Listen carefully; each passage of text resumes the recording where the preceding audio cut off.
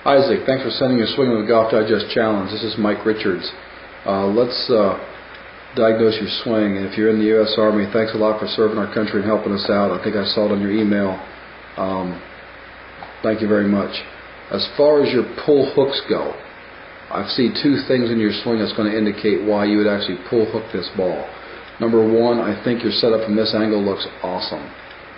Don't know about your grip. I can't really tell the grip.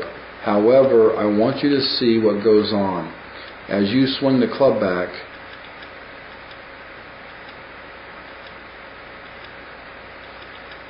club goes a little bit outside the target line, which is okay with me. However, it gets a little bit shut going back, and then it's extremely close at the top of the backswing. I'm going to show you that image. Okay, now, that image, you can see the club face, for the most part, is almost dead face in the sky. Now, as to what should the club face look like? Well, I'm going to give you a preview of Paul Casey's golf swing, and when he swings that back, you see a difference in his club face and a difference of your club face.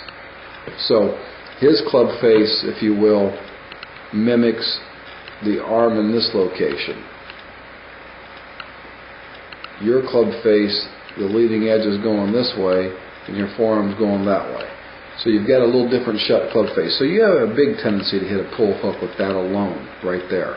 So what I would do with you is I would certainly check your grip out to make sure it's in a decent position. But more importantly, from right here, I'll get you to get that club to hinge up in a little bit better fashion. I'm going to take Paul Casey's and back his swing down a little bit and put it about the same place yours are.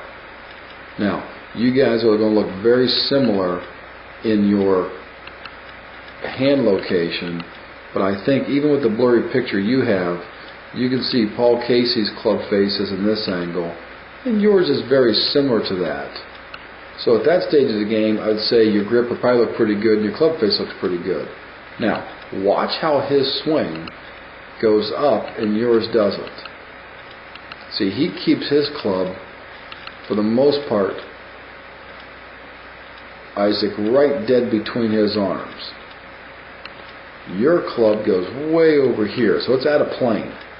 So then what happens is as you continue up, your club gets extremely close where his stays more square. Now, from here, I want you to take notice of one more thing.